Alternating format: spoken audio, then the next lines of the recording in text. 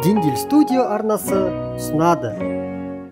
Диндил студия арнасына тіркеліп, лайк басып, қолдай отырыңыздар. Суретті нөмірлер арқылы салып үйренеміз. Бұл арнайы дайындалған нөмірлері бар рамка. Қазір ашып, ішінде не бар екенін көреміз. Бұл нөмірленген сурет болып табылады.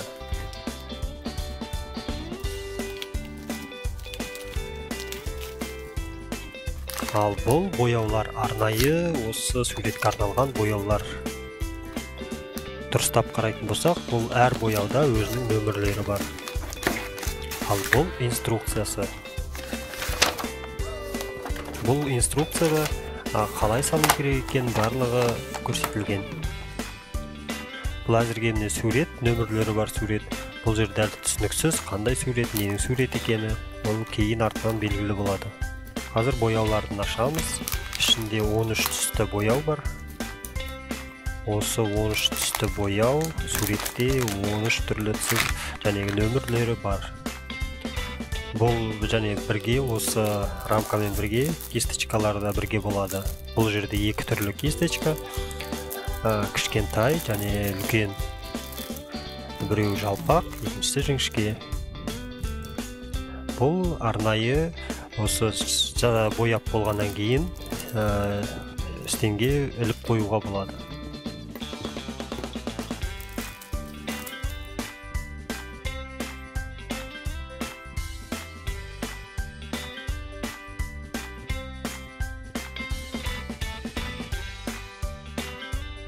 Бұл міне өзі рамкадағы сурет. Ең алдымен үлкен жерлер болса, үлкен жерлерді үлкен кистпен бояймыз. Ал кішкентай жерлерін кішкентай кистпен қолданған дұрыс. Енді бұл жерде қараңыздар, екінші нөмірлі бояу. Сонымен бояп жатырмын. Суретте 2 деген нөмір болады. 2 деген нөмірлері тұрған ұяшықтарды бояй береміз. Барлық 2 деген нөмірді тауып алып, соны бояп шығамыз. Өйткені 2 деген нөмірлерін барлығын бояп шықпасақ, қайта-қайта кисточканы жуып отыру керек болады. Сондықтан қайта-қайта жумас үшін 2 деген нөмірлі ұяшықтардың барлығын тауып алып бояймыз.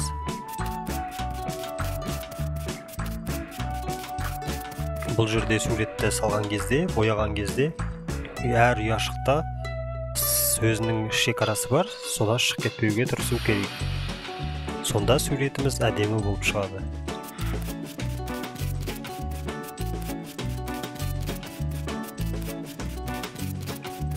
Бұл жерде енді үлкен ұяшықтар, оны үлкен үстінде кистпен бояймыз.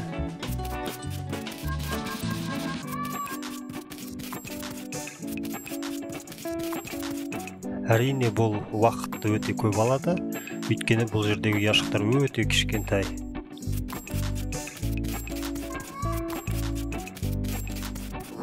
Жалпы осы рамканың көлемі 20 сантиметрде 20 сантиметр. Сондай үлкен емес, кішкентай болып саналады.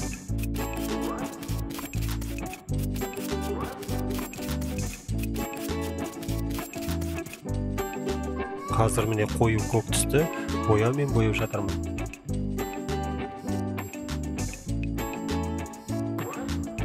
Ақырындап біздің бұл суретте не екені өстіп ақырындап белгілі бола бастайды. Қандай не жануар тұр екен, құс па екен, жануар ма екен, біраздан соң белгілі болады.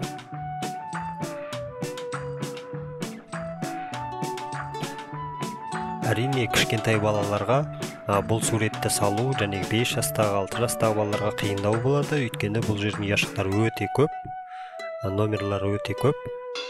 Сондықтан бұл үлкендеу балаларға арналған.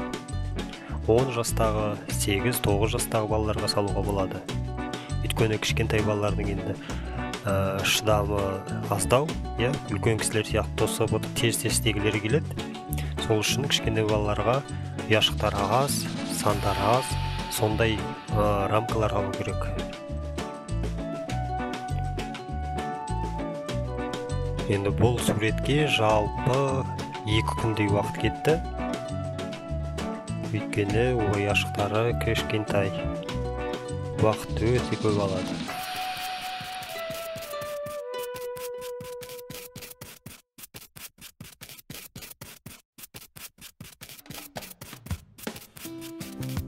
Қазір 5 деген бояумен бояп жатырмын. Осы суреттен 5 деген номерді тауып аламыз да, соның үстін бояймыз, бастыра береміз.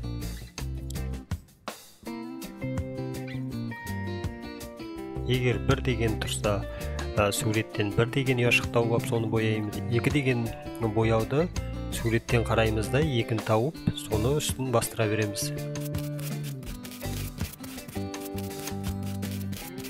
Бұл жерде негізі жалпы қиындық ешқандай жоқ, өте жеңіл.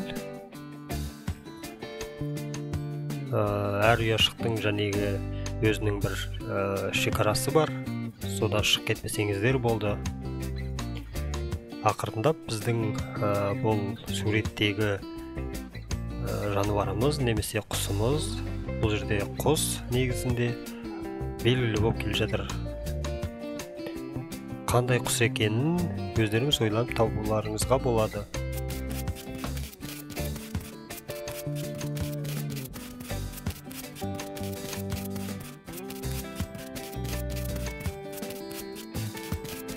Қазір міне қоңыр түспен бояп бастадық.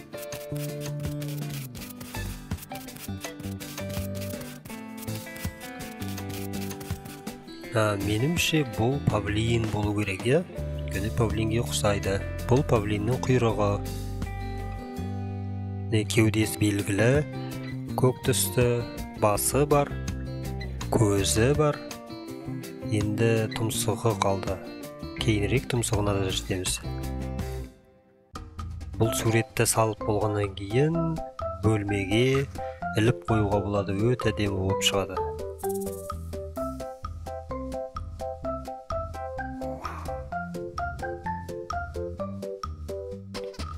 Енді орысша айтқан кезде, бұны іздейтін болсаңыздар, орысша рисование, паномерам, нахлысти деп аталады. Қазақшасын аударып көрдім, переводчикпен Google. Ешқандай перевод маған дұрыс таппады. Енді қазақшасын мен ойлаймын нөмірлермен сурет салу деп. Енді бұл суретті кез келген адам сала алады деп ойлаймын. Соңында нәтижесі бұл суретті салғаннан кейін бір бәленбай суретке қатысып, бір күшті сурет салатын адам сияқты болып көрінеді бұл суреттің нәтижесі. Өте әдемі болып шығады.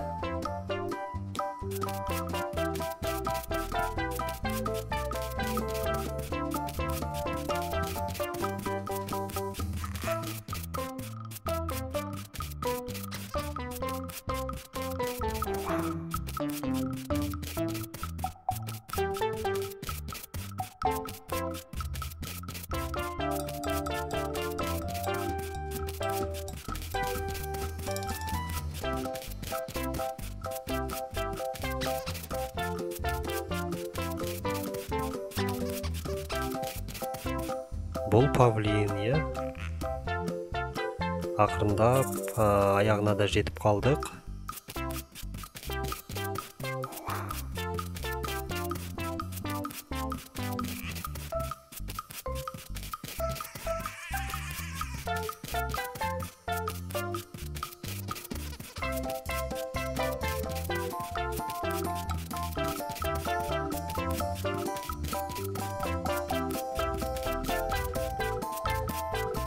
Өте тамаша.